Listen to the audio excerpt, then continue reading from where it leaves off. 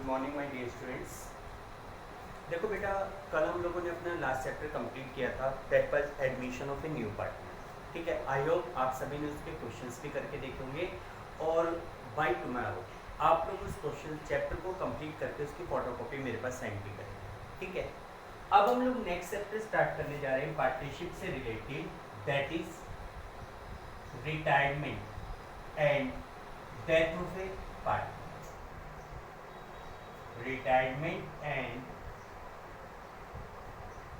Death of A partner. किसी भी partner के द्वारा फर्म से रिटायरमेंट लेना या किसी भी पार्टनर की डेथ होना। देखो बेटा, एक्चुअल में ये दो अलग अलग कॉन्सेप्ट है।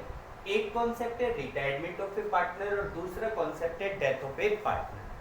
आपकी बुक में भी इसको दो अलग अलग पार्ट में स्टडी किया गया। हालांकि इसको इस चैप्टर को एक साथ इसलिए लिया गया है कि दोनों केसेस में कुछ टॉपिक कॉमन होंगे, दोनों का ट्रीटमेंट दोनों कंडीशंस में सेम होगा, तो इसलिए इस चैप्टर को एक साथ मर्ज किया गया, अदरवाइज ये दो अलग अलग चैप्टर बनते हैं। तो देखो, हम लोग सबसे पहले जो टॉपिक लेके चलेंगे that is retirement of A partner. हम लोग सबसे पहला हमारा कॉन्सेप्ट लेके चलते हैं रिटायरमेंट ऑफ ए पार्टनर का, यानी कि किसी भी पार्टनरशिप फर्म में से किसी भी एक पार्टनर के द्वारा रिटायरमेंट लेना, किसी भी एक पार्टनर के द्वारा फर्म को छोड़कर जाना। देखो बेटा, जैसे कि आपको पता है कि partnership is a result of an agreement between two और मोर पर्सन्स। भाई, जैसे दो या दो से ज्यादा बंदे मिलकर जब एक एग्रीमेंट के ऊपर एग्री होते हैं तो उसकी वजह से एक पार्टनरशिप फर्म एग्जिस्टेंस में आती है। जैसे मान लो एक्स, वाई और जेड, इन तीनों ने मिलकर ये डिसीजन लिया कि भाई हम लोगों को एक पार्टनरशिप फर्म एस्टेब्लिश करनी है, हम लोग मिलकर एक बिजनेस करेंगे और उस बिजनेस के लिए उन लोगों ने कुछ टर्म्स एंड कंडीशन डिसाइड की जिसके अकॉर्डिंग वो अपने बिजनेस को ऑपरेट कर रहे हैं।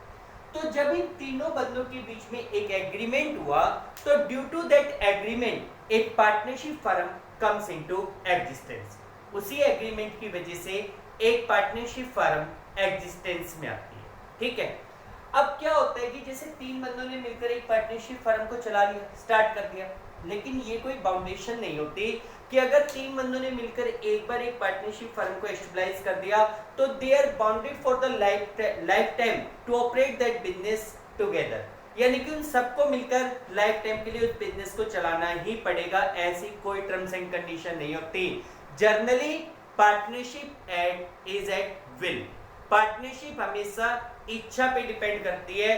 तो इसका मतलब ये हुआ कि मान लो 1 साल 2 साल 3 साल के बाद अगर कोई भी पार्टनर किसी भी समय फर्म को छोड़कर जाना चाहे तो वो फर्म को छोड़कर जा सकता है, यानी कि वो अपनी मर्जी से पार्टनरशिप फर्म से रिटायरमेंट ले सकता है। हालांकि एक बात क्लियर कर लो कि no partner can be expelled from the firm with the majority of partner. भाई, कल को अगर मान लो वाई और जेड ये चाहते हैं कि यार एक्स बिजनेस में कोई खास योगदान नहीं कर रहा, एक्स को हम निकाल दें, और वो दोनों मिलकर एक्स को निकालना चाहे नहीं निकाल सकते। फर्म खत्म कर सकते हो लेकिन मिलकर एक्स को नहीं निकाल सकते। लेकिन अगर कोई पार्टनर अपनी मर्जी से फर्म को छोड़कर जाना चाहे तो ही मे लीव द फर्म, वो अपनी मर्जी से फर्म को छोड़कर जा सकता है। तो इसलिए हम कहते हैं कि partnership is always at will and a partner may retire from the firm after giving a proper notice. लेकिन जो मेन बात है वो ये ध्यान रखने की है कि देखो, जब एक पार्टनर फर्म को छोड़कर जाएगा, यानी कि कोई भी पार्टनर अगर पार्टनरशिप फर्म से रिटायरमेंट लेगा तो ऐसी सिचुएशन में उसको एक पब्लिक नोटिस इशू करना पड़ेगा। पब्लिक नोटिस इशू करने का मतलब क्या हुआ कि भाई मान लो एक आउटर है ए, उसके लिए इस पार्टनरशिप फर्म में 3 पार्टनर है एक्स वाई जेड। मान लो एक्स छोड़कर चला गया लेकिन ए को उसकी नॉलेज नहीं है, उसने ये बिलीव करते हुए कि एक्स भी इस पार्टनरशिप फर्म का पार्टनर, इस फर्म के साथ कोई एग्रीमेंट कर लिया, लेकिन बाद में उसको लॉस हुआ या बाद में उसकी पेमेंट नहीं मिल रही, तो और बाद में उन लोग कहते हैं कि एक्स फर्म का पार्टनर नहीं है, तो वो एक्स के ऊपर भी केस कर सकता है क्योंकि पहली पार्टनरशिप फर्म में एक्स पार्टनर है। इसलिए अगर एक्स अपनी रेस्पॉन्सिबिलिटी को डिस्चार्ज करना चाहता है, अगर एक्स इस फर्म से रिटायरमेंट लेता है और फ्यूचर में इस फर्म के लिए फर्म की किसी भी काम के लिए लायबल नहीं रहना चाहता, तो इन दैट केस उस पे एक पब्लिक नोटिस इशू करना पड़ेगा वो पब्लिक नोटिस एक तो कंट्री के लीडिंग न्यूज़पेपर में और एक लोकल सर्कुलेटिंग न्यूज़पेपर में। भाई जैसे लीडिंग न्यूज़पेपर हिंदुस्तान टाइम्स हुआ, टाइम्स ऑफ इंडिया हो गया, इस प्रकार के न्यूज़पेपर में, और एक लोकल न्यूज़पेपर में जो जहां पर उनका बिजनेस चल रहा है उस प्लेस में सर्कुलेट होता है। जैसे मान लो नारगोल में कोई बिजनेस कर रहा है तो यहाँ पे दैनिक भास्कर चल रहा है, पंजाब केसरी चल रहा है, तो इस प्रकार के न्यूज़पेपर में एक ऐड देना पड़ेगा कि भाई from this date I am retiring from the partnership firm and for future in future I will not be responsible for any work done with this firm. ठीक है, चलो वो तो बाद की बात है, वो हमारे सिलेबस से रिलेटेड नहीं है। अब हम लोग अपने सिलेबस पे आते हैं कि देखो अगर कोई भी पार्टनर किसी भी वजह से वट एवर द रीजन में, हमें रीजन पे नहीं जाना, किसी भी वजह से अगर किसी पार्टनरशिप फर्म से रिटायरमेंट लेता है, किसी भी पार्टनरशिप फर्म को छोड़कर जाता है, तो there will be a reconstitution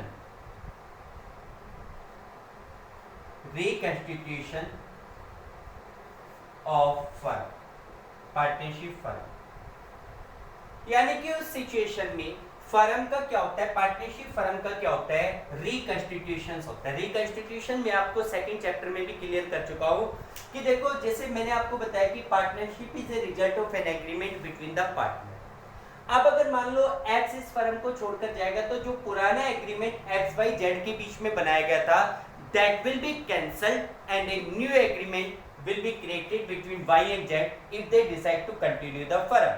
भाई X फर्म को छोड़कर चला गया, Y और Z बच गए। अगर वो चाहते हैं कि भाई हम इस फर्म को मिलकर चलाएंगे तो उस केस में Y और Z दोबारा से एक एग्रीमेंट बनाएंगे, जो पुराना एग्रीमेंट बना हुआ था उससे काम नहीं चलेगा। तो इसलिए हम इसको रिकंस्टिट्यूशन ऑफ पार्टनरशिप फर्म भी कहते हैं। ठीक है, तो रिटायरमेंट की वजह से भी फर्म का रिकंस्टिट्यूशन होता है। अब देखो जब एक पार्टनरशिप फर्म में एक पार्टनर रिटायरमेंट लेता है तो उस समय फर्म के रिकंस्टिट्यूशन में क्या क्या होता है, यानी कि हमें क्या क्या टॉपिक पढ़ने को मिलते हैं। तो इस चैप्टर का सब्जेक्ट मैटर क्या हुआ, इस चैप्टर में हम क्या क्या पढ़ेंगे। पहला है calculation of new ratio, second calculation of gaining ratio,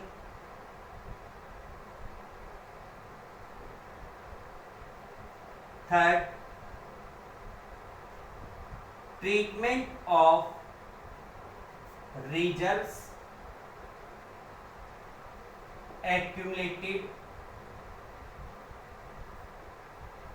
profit and losses, reserve accumulated profit and losses। Fourth है ट्रीटमेंट ऑफ गुडविल या adjustment of goodwill, revaluation of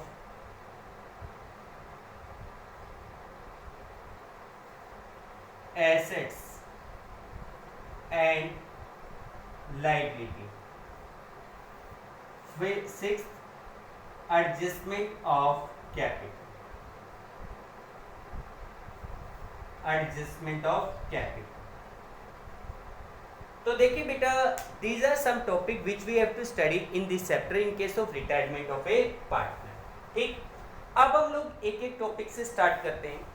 starting में दो टॉपिक हमारे पास एक साथ लेके चलते हैं, क्योंकि दोनों केसेस में, अच्छा आप लोग देखोगे ये जो केस मैंने लिखवाए सारे के सारे ट्रीटमेंट वही है जो हम प्रीवियस चैप्टर में पढ़ के आ चुके हैं। ठीक है, रिटायरमेंट के केस में भी लगभग वही ट्रीटमेंट होंगे। अब हम लोग दो टॉपिक को एक साथ लेके चलते हैं, कैलकुलेशन ऑफ न्यू रेशियो और कैलकुलेशन ऑफ गेनिंग रेशियो। सबसे पहले हम लोग बात करते हैं न्यू रेशियो को कैलकुलेट करना। देखो जैसे मान लो किसी पार्टनरशिप फर्म में 3 पार्टनर है जिनका प्रॉफिट शेयरिंग रेशियो मान लो लेट्स सपोज 3:1 था। ठीक है, अब एक पार्टनर फर्म को छोड़कर जा रहा है। ठीक है, लेट्स सपोज एक्स ने पार्टनरशिप फर्म से रिटायरमेंट ले लिया and Y and Z decided that they will continue that partnership firm. Y और जेड ने डिसाइड किया कि वो लोग उस पार्टनरशिप फर्म को कंटिन्यू करना चाहेंगे। तो ऐसे सिचुएशन में first of all you have to calculate a new ratio between Y and Z.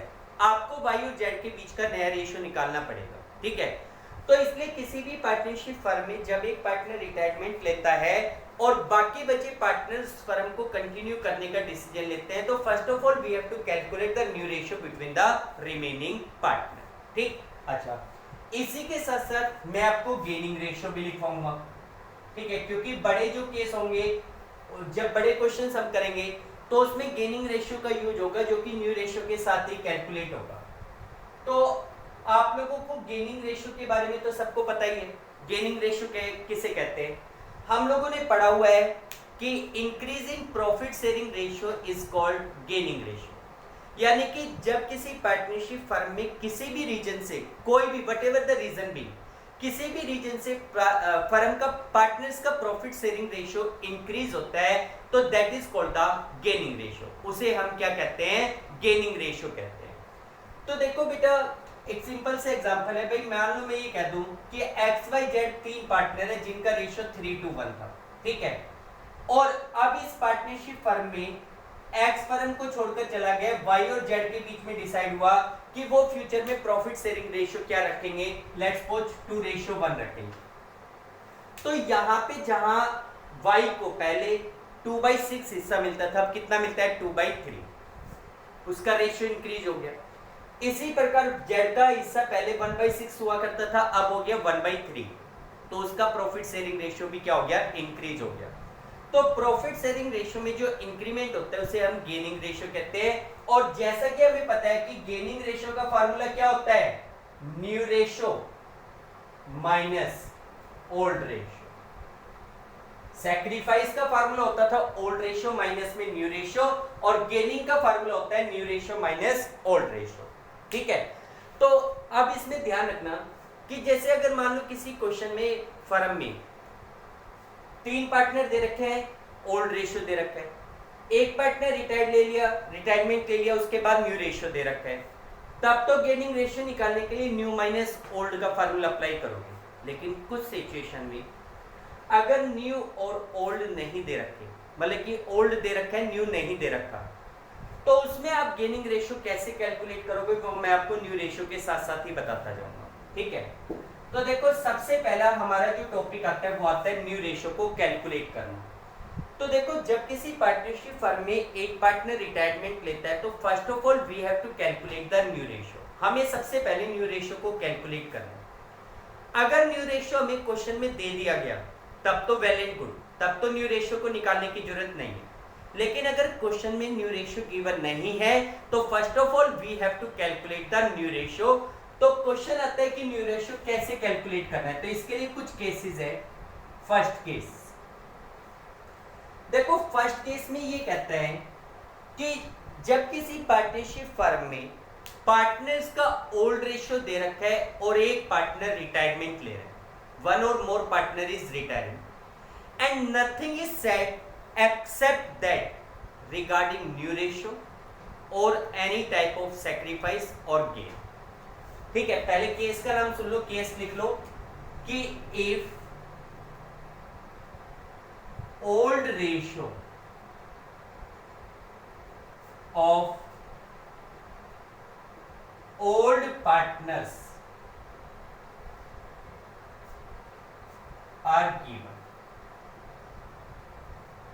and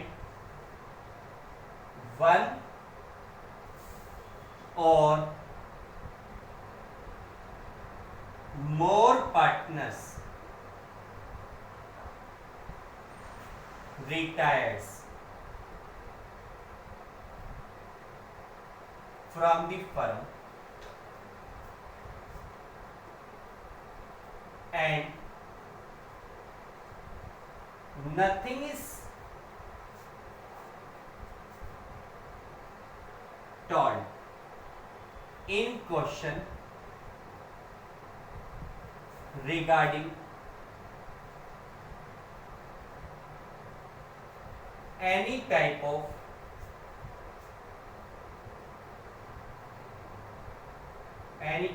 new ratio, sacrifice ratio and gaining ratio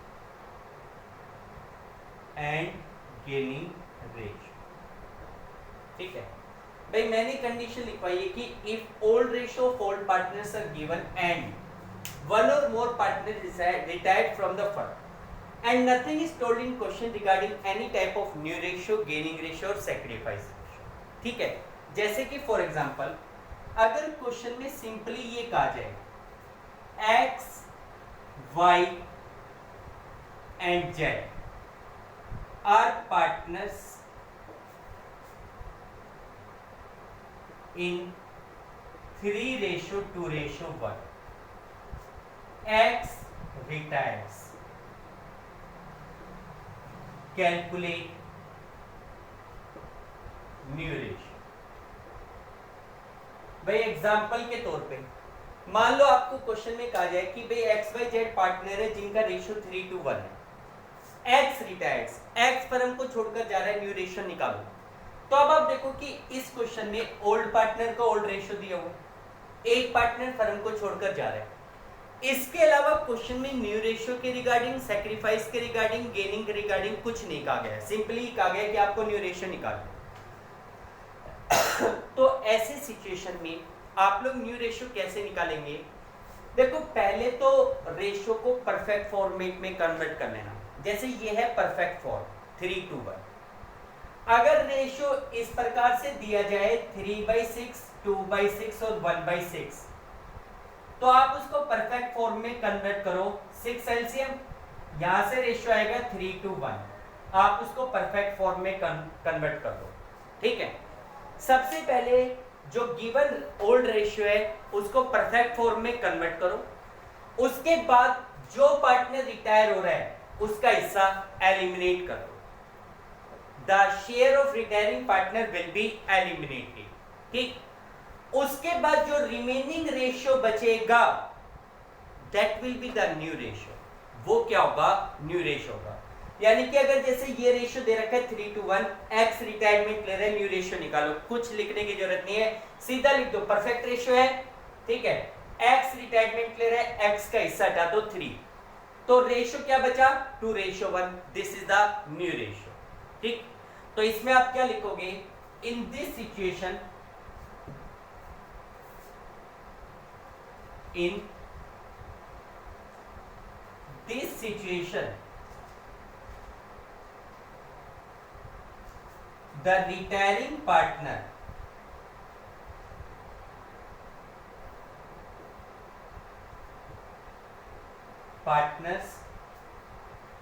share will be eliminated,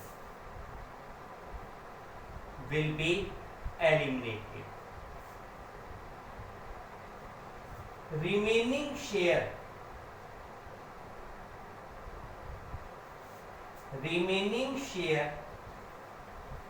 will be the new ratio,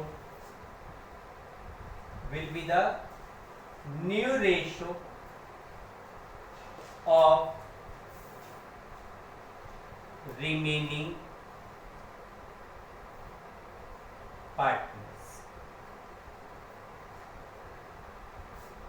remaining share will be the new ratio of remaining partner. भाई जैसे x retirement ले रहे हैं, 3 हटा दो, 2:1 is the new ratio between y and z। ठीक, अच्छा इस केस में अब जैसे आपके सामने ओल्ड रेशियो भी आ गया, y और z का न्यू रेशियो आ गया 2:1। अब नो डाउट अगर x फर्म को छोड़कर जा रहा है तो उस सिचुएशन में y और z का जो प्रॉफिट शेयरिंग रेशियो है दैट विल इंक्रीज, यानी कि वो दोनों क्या कर रहे हैं? गेन कर रहे हैं। तो अगर आपको y और z का गेनिंग रेशियो निकालना है तो एक तरीका तो होता है new ratio minus old ratio करके, लेकिन जब हम बड़े क्वेश्चंस करेंगे तो उसमें इतना टाइम नहीं होगा। तो अगर इस प्रकार की सिचुएशन है, इस प्रकार की सिचुएशन, ये वाला केस बन रहा है क्वेश्चन में, तो उसमें ध्यान रखना कि जैसे मैंने कहा कि रिटायरिंग पार्टनर का शेयर हटा दो, जो रिमेनिंग शेयर होगा that will be the new ratio of remaining share, remaining partner and remaining share will be the their gaining ratio. जो रिमेनिंग शेयर बचेगा जैसे 2:1, ये ही न्यू रेशियो और ये ही गेनिंग रेशियो आएगा। आप करके भी देख सकते हो कि अगर आप न्यू माइनस ओल्ड करोगे तो जब गेनिंग रेशियो निकलेगा तो वो 2:1 आएगा। तो यहां पे नोट डाल के ये बात लिख लेना, in this situation, in this situation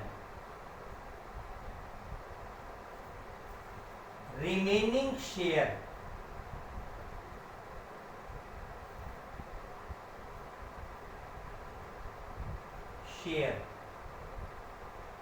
will be gaining ratio of remaining partners।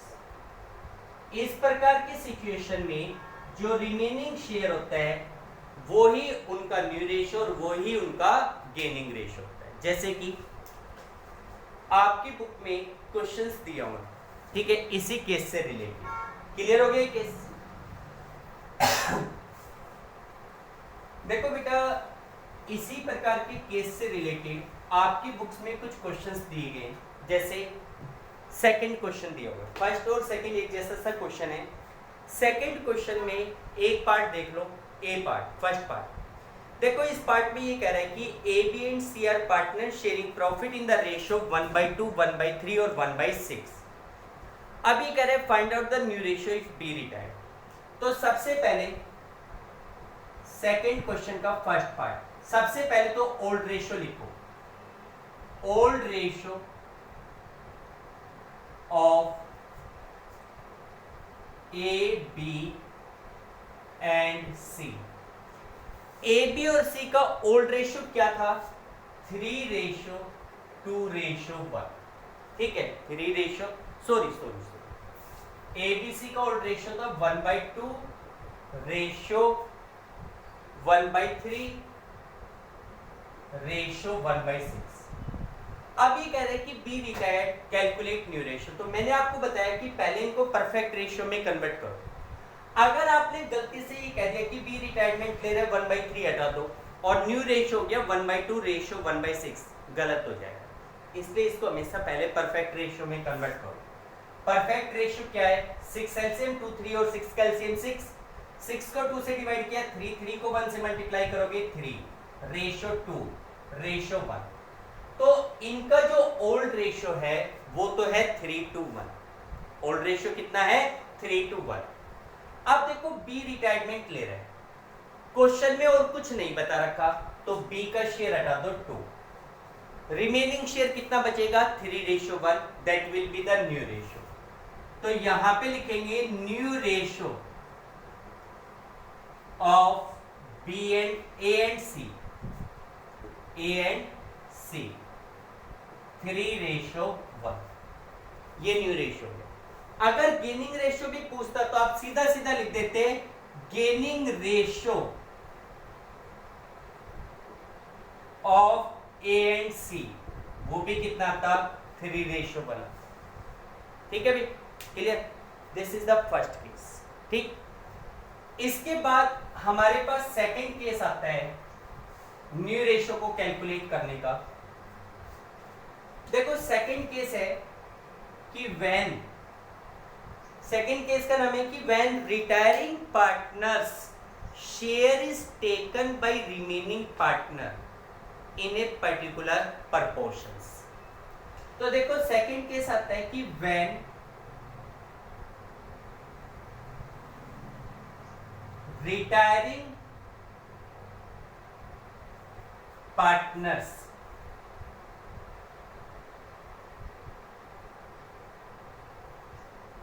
share is taken by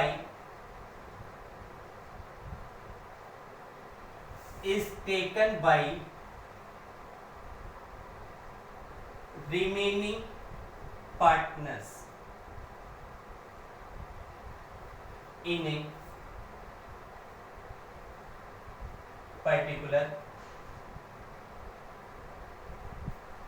particular कह दो चाहे स्पेसिफिक कह दो, इन ए पर्टिकुलर या specific ratio.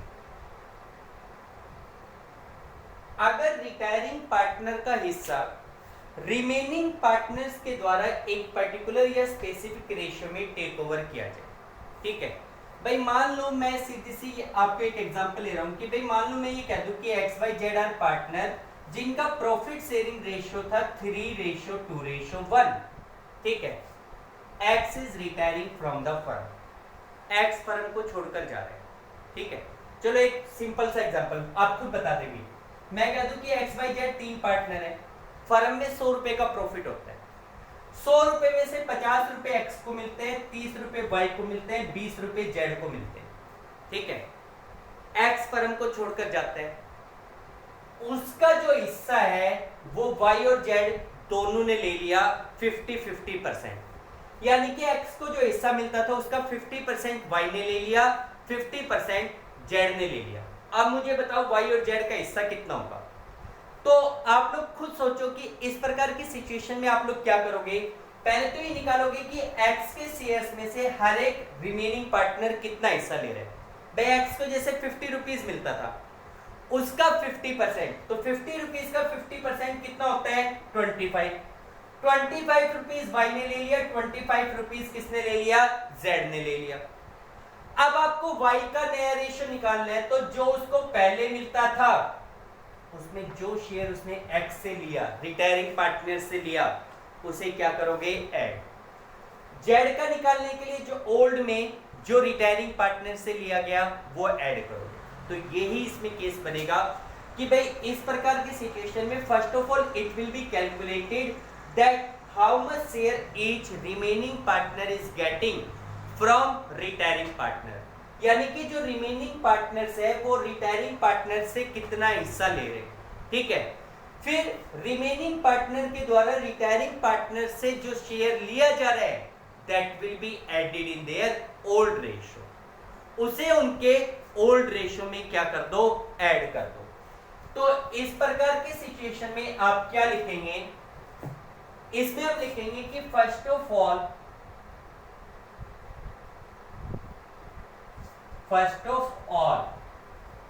it will be calculated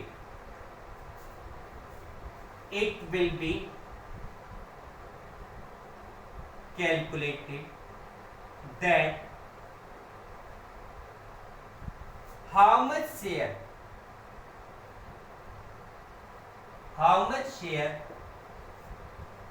each remaining partner is getting from retiring partner। भाई सबसे पहले तो ये कैलकुलेट करो कि कितना हिस्सा हर एक रिमेनिंग पार्टनर रिटायरिंग पार्टनर से टेक ओवर कर रहे ले रहे हैं। ठीक है, उसके बाद to calculate new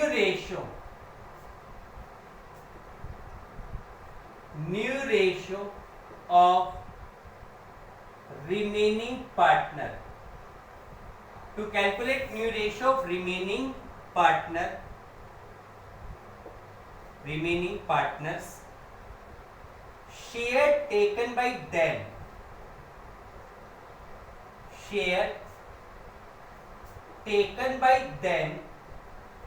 from retiring partner will be added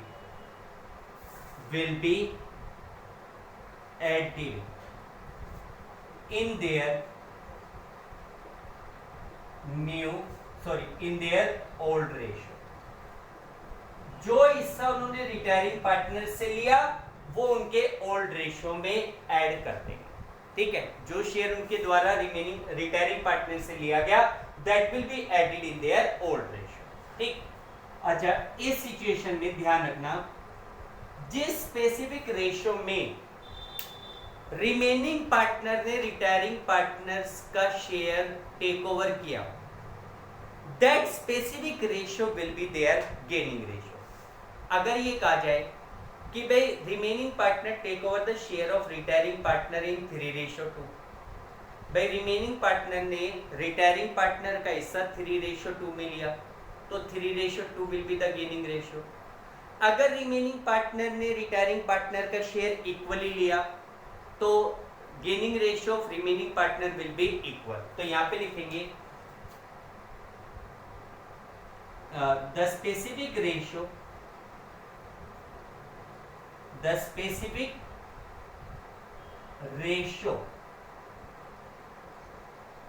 in which remaining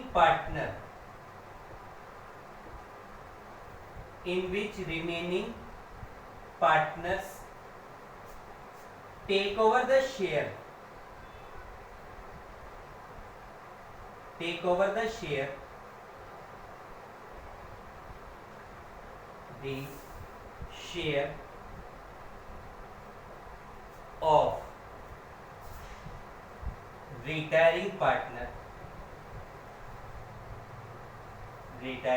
of retiring partner will be their gaining ratio।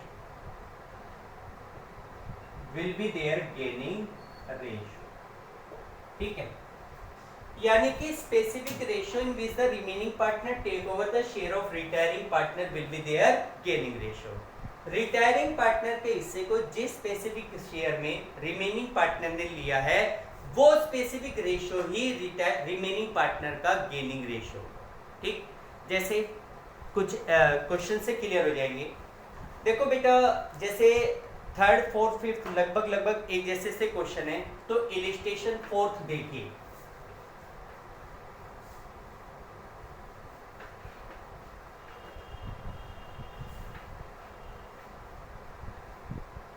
Next आप इलिस्ट्रेशन फोर्थ देखिए, इसमें क्या कहा गया है। देखिए फोर्थ इलिस्ट्रेशन में ये कहता है कि भाई A B and C were partner sharing profit in the ratio 5:4:3। एक पार्टनरशिप फर्म में 3 पार्टनर है ए बी सी, तीनों का रेशियो दिया हुआ है 5:4:3। अब आगे कहा गया C retired and his share was taken by A and B in 3:2। Find out the new ratio। New ratio निकालना है, ठीक है। तो देखो बेटा, इसी क्वेश्चन में सबसे पहले ओल्ड रेशियो आपके सामने दिया गया, old ratio of A, B and C 5:4:3। ठीक, अच्छा ये कह रहे कि C retired and his share is taken by A and B in 3:2। भाई C इस फर्म को छोड़कर जा रहा है और उसका शेयर A और B ने 3:2 में लिया, यानी कि C का जो हिस्सा था उसका 3/5 तो किसने ले लिया, A ने। उसी शेयर का 2/5 किसने ले लिया, B ने। तो सबसे पहले लिखेंगे A gets, भाई मैंने पहले तो ये बताया कि first of all it will be calculated that how much share each और remaining partner is getting from retiring partner. पहले ये निकालो कि हर एक रिमेनिंग पार्टनर रिटायरिंग पार्टनर से कितना हिस्सा ले रहा है। तो ए गेट्स फ्रॉम सी, सी का हिस्सा था 3/12, ए ने कितना लिया 3/12 का 3/5, 9/16। इसी प्रकार B gets from C, B ने कितना लिया, भाई C का हिस्सा 3/12 था, B ने कितना ले लिया 3/12 का 2/5, तो कितना हो गया 6/60 किसने ले लिया, B ने ले लिया। अब न्यू रेशियो ऑफ A,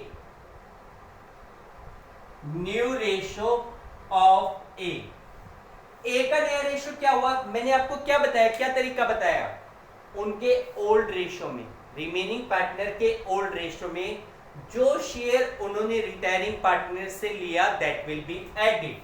तो यहां पे हो जाएगा 5/12 प्लस 9/60, 60 एलसीएम, तो यहां से 5 5 5 जा 25 प्लस 9, तो इसका हिस्सा तो हो गया 34/60। इसी प्रकार new ratio of B, B का नया रेशियो क्या हो गया, बी को पहले कितना मिलता था 4/12 प्लस बी ने सी से कितना लिया है 6/60, 60 एलसीएम 5 5 4 जा 20 प्लस 6, तो बी का हिस्सा हो गया 26/60। तो इस हिसाब से new ratio of A and B 34/60 ratio 26/60, base equal है 34/26। अच्छा, जितना स्मॉलेस्ट फॉर्म में लिख सकते हो उतने स्मॉलेस्ट फॉर्म में आपको लिखने की कोशिश करनी है। 34 और 26 दोनों 2 से डिवाइड होते हैं, तो 2 से डिवाइड और कर लो। 34 को 2 से डिवाइड किया 17, 26 को 2 से डिवाइड किया 13, तो एक्चुअल में रेशियो कितना हुआ 17/13 हो गया। ठीक, अगर मैं इसी क्वेश्चन में, अब आपसे तो क्वेश्चन में बुक में केवल ये कहा गया न्यू रेशियो कैलकुलेट करो, तो न्यू रेशियो तो ये हो गया, ठीक है। लेकिन अगर इसी क्वेश्चन में आपसे गेनिंग रेशियो भी पूछ लिया जाए, जब हम बड़े क्वेश्चन करेंगे आगे 6 मार्क्स के 8 मार्क्स के क्वेश्चन करेंगे, उन क्वेश्चन में तो क्लियर है कि सी का हिस्सा ए और बी ने 3/2 में लिया था, तो गेनिंग रेशियो 3/2 है, ये पहले ही फिक्स है। आप इसको सोल्व भी करके देख सकते हो। ये हिस्सा ए ने लिया, 2-3 तरीके से निकला रहा हूं। ये हिस्सा ए ने लिया, ये हिस्सा बी ने लिया, तो ये ए का गेन है, ये बी का गेन है, तो आप यहां लिख दो गेनिंग रेशियो। अगर पूछता तो ratio of A and B 9/60 ratio 6/60, 60 LCM 9/6, 9/6। अब ये दोनों वैल्यू 3 से डिवाइड हो रही है, तो 3 से डिवाइड करोगे तो 3/2, गेनिंग रेशियो कितना आ गया 3। एक तरीका, दूसरे तरीके से प्रूव कर लो। आपके सामने ओल्ड रेशियो भी दे रखा है, आपके सामने न्यू रेशियो भी आ गया।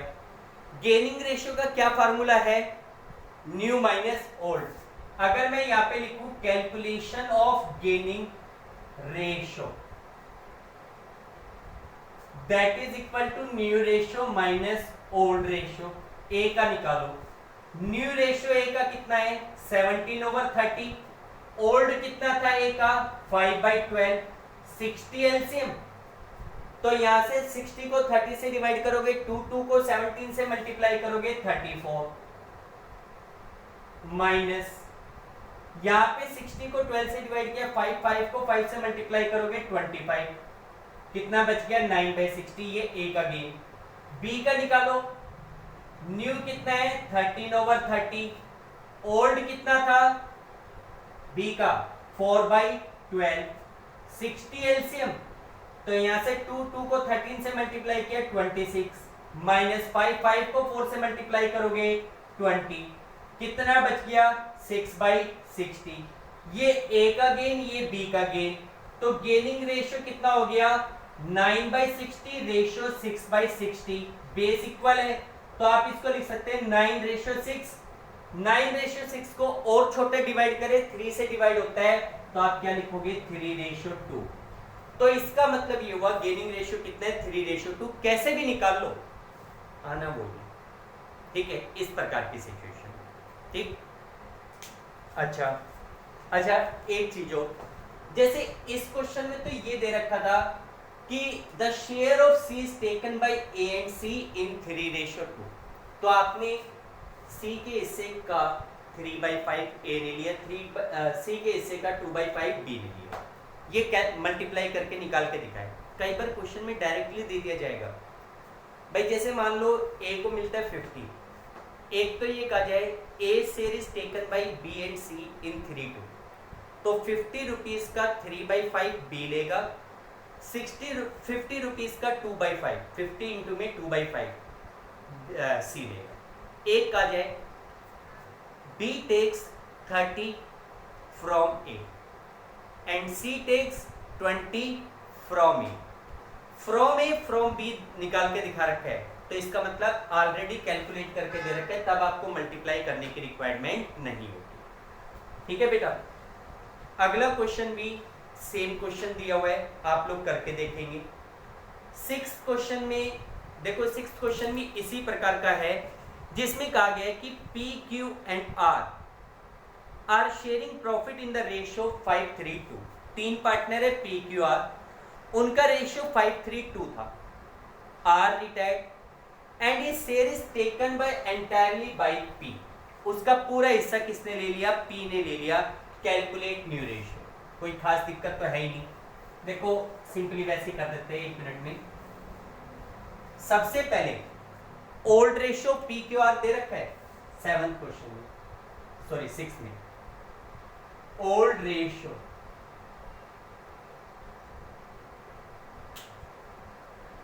ऑफ पी क्यू आर कितना दिया हुआ है? 5:3:2। ठीक है, अब इस क्वेश्चन में कह रहे हैं आर रिटायर्ड। भाई आर जो थर्ड पार्टनर है वो रिटायरमेंट ले रहा है, and his share is entirely taken by P. उसका पूरा हिस्सा पी ने ले लिया, यानी कि जैसे आर को 2/10 मिलता था, वो पूरे का पूरा हिस्सा किसने ले लिया? पी ने ले लिया। क्यू ने कुछ नहीं लिया। न्यू रेशियो निकालना, तो अब आप देखो कि 2/10 आर को मिलता था, वो पूरा पी ने लिया, तो पी का हिस्सा, भाई पी को जो 5/10 मिलता था पहले, वो तो अब भी मिलेगा, प्लस में 2/10 कहां से ले लिया? आर से। तो यहां पे new ratio P, new ratio of P, P को पहले कितना मिलता था? 5/10 प्लस 2/10, कितना हो गया? 7/10। न्यू रेशियो ऑफ क्यू, अगर हम क्यू की बात करें तो क्यू को पहले कितना मिलता था? 3/10। अच्छा, जब आर ने रिटायरमेंट लिया तो आर के हिस्से में से क्यू को कुछ नहीं मिला, इसका मतलब क्यू को जो पहले मिलता था 3/10, उसे अब भी कितना मिलेगा? 3/10।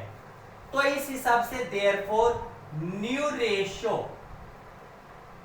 Of P and Q 7/10 ratio 3/10, that is 7:3। New ratio कितना हो जाएगा?